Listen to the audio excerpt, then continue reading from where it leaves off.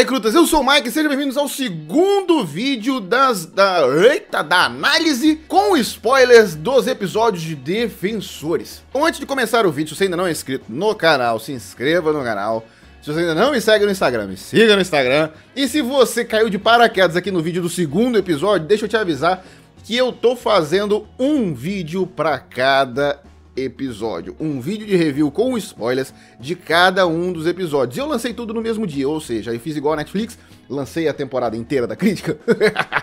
Então, existe um episódio pra trás e 6 pra frente. Então, se você ainda não viu, não tá sabendo disso ainda, quer um link pra playlist, tá aparecendo aqui no card e na descrição pra você. Beleza? Então, vamos lá. Vamos falar sobre o segundo episódio dessa primeira temporada de Defensores. No episódio passado, a gente terminou lá com Nova York tremendo. Puta que pariu, deu bosta. Tremeu, tem morto, caralho. E aí a gente já vê que Matt Murdock já abandonou aquela parada de será que eu volto a esse Demolidor? Será que eu não volto? Ai, meu Deus, minha vida. Ó vida, ó céus, ó azar. Meu Deus, tem gente apanhando, deixa eu ir. E aquela, né? Quando o dever chama, é igual quando a natureza chama. Você não tem como não ouvir, né? Você atende o chamado e vambora. Então a gente vê o Demolidor voltando. Pelo menos a gente já viu que foi rápido, pelo menos. E aí a gente já passa para as consequências do terremoto, né? A cidade falando sobre isso, a Trish falando no programa de rádio dela. E aí começam a vir as teorias de conspiração. E é onde a própria personagem vai dar umas investigadas ao longo da temporada por causa disso. É onde Jessica acaba se enfiando também.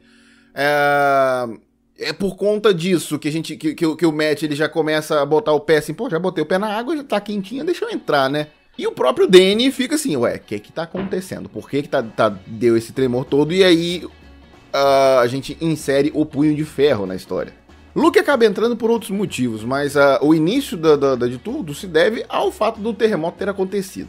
Enquanto isso, Jessica, ela pegou um caso pra resolver.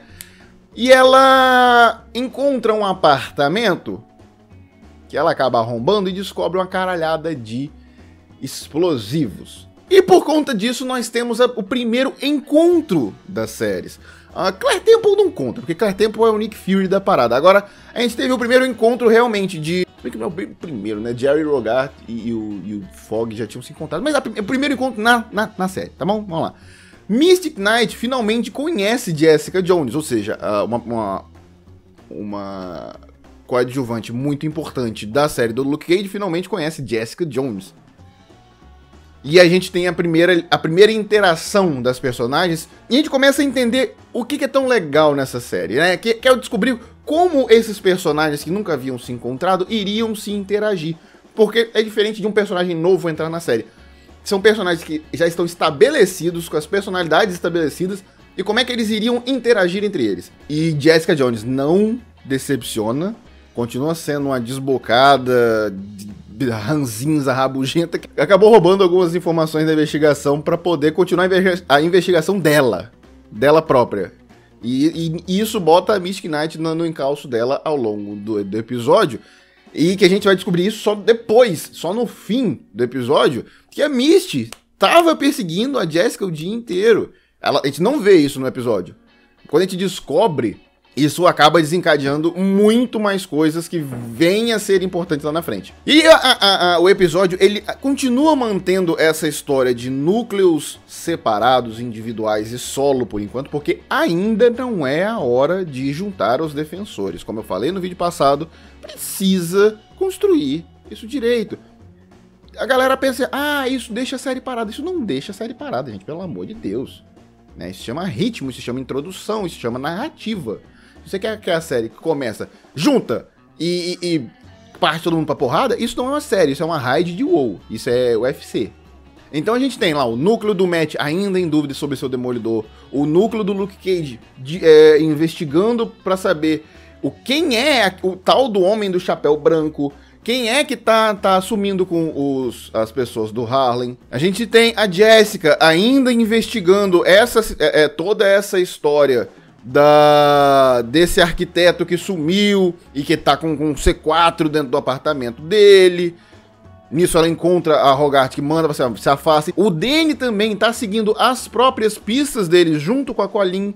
Então a gente vê que cada um dos personagens está fazendo uma coisa separada que envolve as suas próprias motivações, tá? Não é nada que diz assim, caiu uma coisa de paraquedas aqui. Não, você vê que cada um dos personagens segue suas próprias motivações e que a gente, como espectador, já vê como as coisas começam a se ligar. Obviamente os personagens não vê, mas a gente, como espectador, vê como é que essas coisas começam a se conectar para que lá na frente eles se juntem e formem os defensores. E aí entra um pouco dos diálogos da personagem da... E aí entra uma coisa muito legal no personagem da Alexandra, que é a personagem da Sigourney Weaver, mostrando ela ouvindo uma sinfonia particular para ela, né, mostrando o quanto que ela é rica, o quanto que ela é poderosa, mas aí ela vai contando histórias por trás daquela sinfonia, do autor daquela sinfonia, dona da orquestra, e fala assim, não, que o Brahms quase nunca tocava em dó menor, que foi uma homenagem a Beethoven. E ela fala com tanta propriedade, a Alexandra fala com tanta propriedade, do tipo assim, não, isso foi uma resposta direta a Beethoven, provando que ele também pode fazer.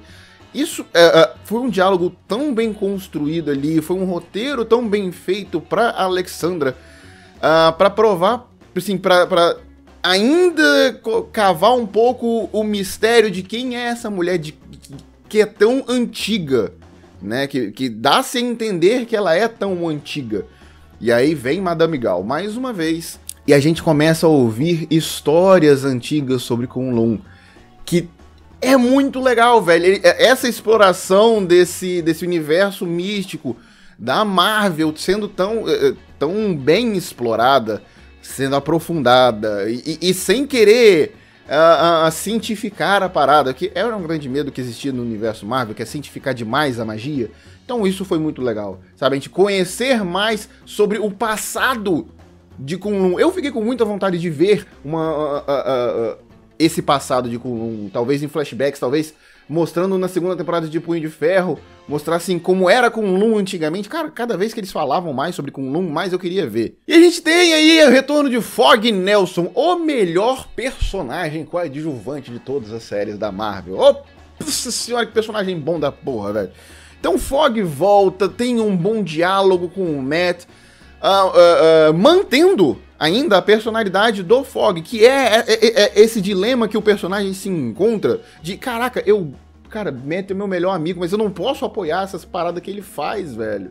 Então ele quer ajudar o Matt, mas ele quer ajudar o Matt a não voltar a ser o Demolidor. E o Fogg, sem querer, acaba sabotando ele mesmo, porque ele quer fazer com que o Matt fique fora das ruas como Demolidor, e ele acaba jogando um caso na mão dele que vai fazer ele voltar a ser o Demolidor full power, como nunca antes ele havia sido o Demolidor. Porque o Fogg, ele havia recebido da Jerry a missão, a incumbência de seguir a Jessica. Aí a Jerry falou a verdade, com Jessica Jones é questão de tempo até dar problema. Aí o Fogg, ele não quer ir atrás da Jessica, ele acaba tendo, querendo deixar o Matt cuidar disso, porque ele acha que é uma coisa mais, assim, mais simplória, mais simples demais pra ele, e ele bota o Matt na jogada. E aí, falando na Jessica, a gente vê que ela finalmente encontra o tal do arquiteto que ela tava procurando, só que ela encontra ele de um jeito que ela não queria encontrar. O cara tá pirado, tá no escritório dela, quase matando lá o amigo da Jessica. E aí entra um dos problemas que eu falei na minha review, sem spoilers, da série. Às vezes, a série usa de plot devices clichê. Por exemplo, esse é um dos plot devices clichê, que é uma pessoa inocente que tá, ou então semi-culpada, que ela tá numa situação que desesperadora, e ela traz um refém e fica, não, eles vão me matar, se eles me descobrirem, eles vão me matar. E aí o herói pergunta, quem são eles? Eu não posso te dizer, senão eles vão me matar, e que não sei o que, eles estão atrás de mim. Mano, isso existe em tudo quanto é série, tudo quanto é filme que você já viu.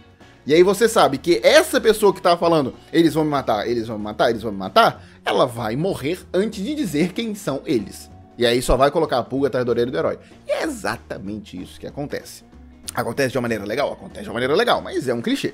porque ele realmente não conta sobre o tentáculo, e antes dele contar sobre o tentáculo, a Elektra chega e o cara mete um balaço na cabeça. E aí, como eu disse, serviu só pra colocar a pulguinha atrás da orelha da Jessica. E aí que quando a Jessica mete o pé, é o que eu falei. Aí você descobre que a Misty tava atrás da Jessica o dia inteiro, que a Jessica causou uma dor de cabeça do caralho pra Misty. A Misty leva a Jessica presa, bota aquela pasta gigantesca mostrando que a Jessica tava já familiarizada com estar ali naquela situação. E isso tudo calhou, juntou ali, foi toda essa coxa de retalhos de tudo que aconteceu desde o começo, serviu para que no fim Matt Murdock fosse o advogado de Jessica Jones. É o que todo mundo queria, mesmo na primeira temporada de Jessica Jones. Toda hora que você eu conheço um advogado. Mano, traz, pelo amor de Deus, traz o cara. Traz o Demolidor. E isso ficou só pra série de Defensores, obviamente. Mas os dois encontros mais fodas que tiveram nesse episódio, sem dúvida alguma, foi o Stick e a Alexandra aparecendo juntos, né? O Stick, ele tava como um prisioneiro, e Stick, mano, ele é um dos melhores personagens dessa série. É um dos melhores. Ele é foda pra caralho. Mas, sem dúvida, o melhor encontro que tivemos nesse episódio foi Luke Cage e Danny Rand. Teve uma luta muito legal dos dois. Obviamente, não começou ali com o herói de aluguel, não começou eles, nossa, que moscada legal que você... Não, eles começaram se enchendo de porrada. E foi muito bom ver essa briga dos dois. Primeiro a animosidade pra depois vir a amizade. E aí todo mundo assim, nossa, mas... E eu sei que vocês vão falar, vamos deixar aqui no comentário. Não, ali nessa cena mostra a incoerência dos poderes do Luke Cage, porque quando o Danny bate dele, ele aguenta a porrada. Quando a Elektra dá um chute na cara dele, ele desmaia. Então, vou falar disso no episódio que o Luke desmaia. Vou falar sobre isso aí. Então esse episódio foi muito bom pra começar a costurar a coxa de retalhos, como eu já falei, que vai levar consequentemente à união dos 4 personagens. Vamos lá. Primeiro episódio nós temos só narrativa solo. No segundo a gente já começa a ter um começo de interações entre todos os núcleos e já tem duplinhas, né? Já começa a ter encontros de duplinhas e narrativas em dupla. E aí a gente vai pro terceiro episódio. E eu espero você no próximo vídeo. Se você gostou até aqui, deixa aquele like, comenta o que você tá achando. Não se esqueça de se inscrever. E eu vejo você no vídeo do terceiro episódio. Um abraço e descansar, soldados.